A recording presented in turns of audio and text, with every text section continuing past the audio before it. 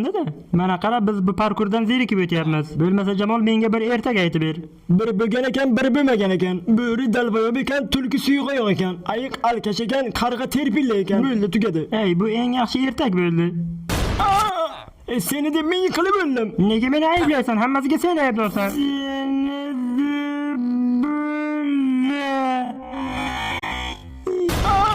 Jamol, ke senga bir yaxshilik qilaman. Birinchilardan bo'lib men o'taman.